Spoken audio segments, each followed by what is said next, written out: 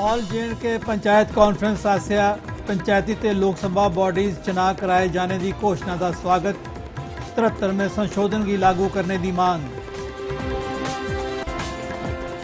आंगनवाड़ी वर्करें ते हेल्परें का जम्मू च विरोध प्रदर्शन का सिलसिला जारी। बकाया वेतन रिलीज करने की मांग। ते भद्रवाह कैंपस विच महिला बैडमिंटन चैंपीयनशिप समापन। प्रकृति बनी tournament champion. All J&K panchayat conference ने रियासत के गवर्नर हुंदे आसिया पंचायती चुनाव के कन्ने कन्ने दूए लोकल बॉडीज के चुनाव कराने की घोषणा का स्वागत किया है। कॉन्फ्रेंस के प्रेजिडेंट अनिल शर्मा होरें न्यूज़ 18 कन्ने खास गलबात करते हुए आख्या जे 73वें संशोधन की लागू किया जा। इस दे तहत चुने गेदे पैंचें ते सरपंचें गी इख्तियारात हासिल होंदे न जेड़े लोकतंत्र की व्यवस्था की बुनियादी सतह पर मजबूत बनाते हैं। अनिल शर्मा होरें आख्या जे वो पंचायती चुनाव दौरान प्रचार करने च भी सहयोग करगन जेकर उन्हेंगी कैंपेन दौरान मुनासिब सिक्योरिटी मुहैया कराई जाग।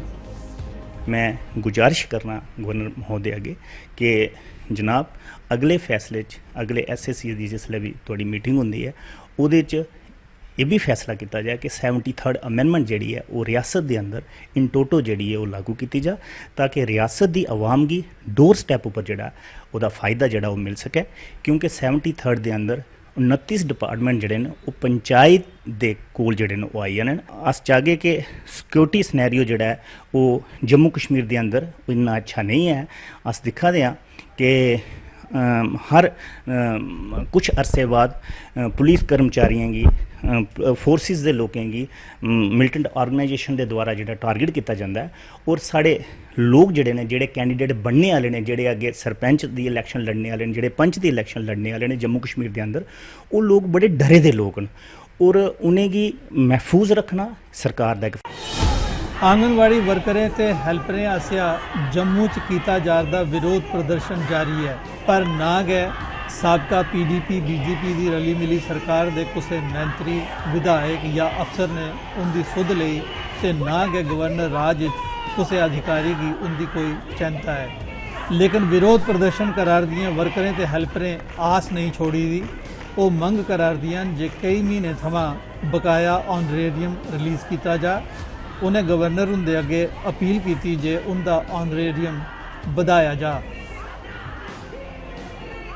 अस आखने गौरमेंट की कि जियां बाकी दियां स्टेटां अपनी वर्कर की 10,000 रुपया हेल्पर की 6,000 रुपया दिंदियां न असेंगी भी उसे दी तर्ज उपर 10,000 रुपया वर्कर ते 6,000 रुपया हेल्पर की दिता जाए। गवर्नर आज आया है अस गवर्नर हुंदे कन्नै पूरी उम्मीद कन्नै रिक्वेस्ट कराने गवर्नर साहब साढ़े पर दिखन ध्यान देन फिर देखन कि बाकी दी स्टेटां जड़ियां न अपनियां वर्करां गी केह् देआ दियां न उसे दी तर्ज उपर साढ़े पर भी इंसाफ।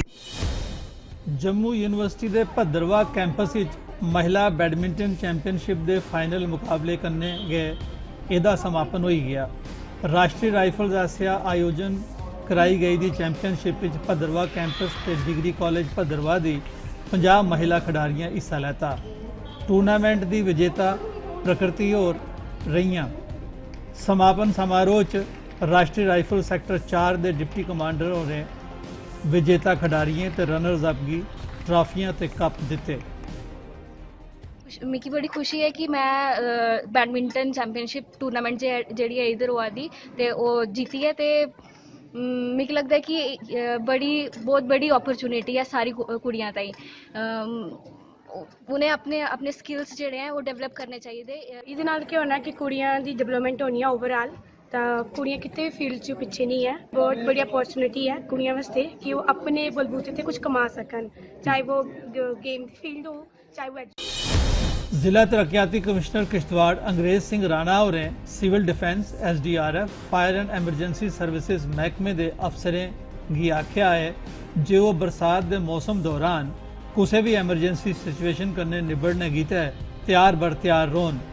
किश्तवाड़ जिला डिजास्टर मैनेजमेंट अथॉरिटी कन्नै होई दी मीटिंग विच उन्हें कुदरती आपदा कन्नै निबड़ने गितै तैयारी का जायजा लैता।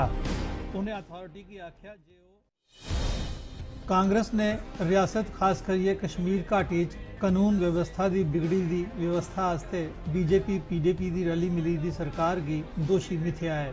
प्रदेश कांग्रेस कमेटी के प्रवक्ता रविंदर शर्मा और बीजेपी पर इल्ज़ाम लाया जब बीजेपी ने रियासत विच अपनी हुकूमत बनाने लिए पीडीपी की दो फाड़ करने की कोशिश की थी। रविंदर शर्मा और सांबा जिले के रामगढ़ के बन्नेपुर बसे के ग्रां केसो ते आले दुआले के ग्राएं के लोगों एयरटेल कंपनी खिलाफ प्रदर्शन किया।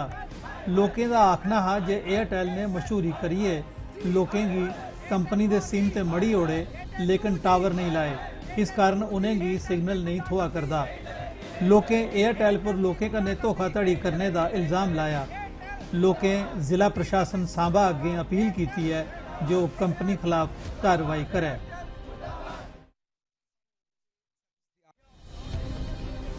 जिला रामबन के मैत्रा ग्रां के रौहने वाले लोगों की पीने का साफ पानी नहीं थोआ करता।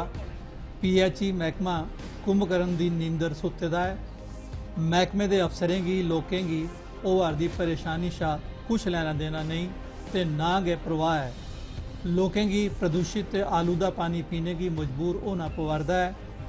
अगर डिस्ट्रिक्ट हैडकुआटर के ग्राम मैत्रा के लोगों का यह हाल है तो जिले के दूर दरेडे ग्राएं के लोगों का क्या हाल होग, इसका अंदाज़ा लाया जा सकता है।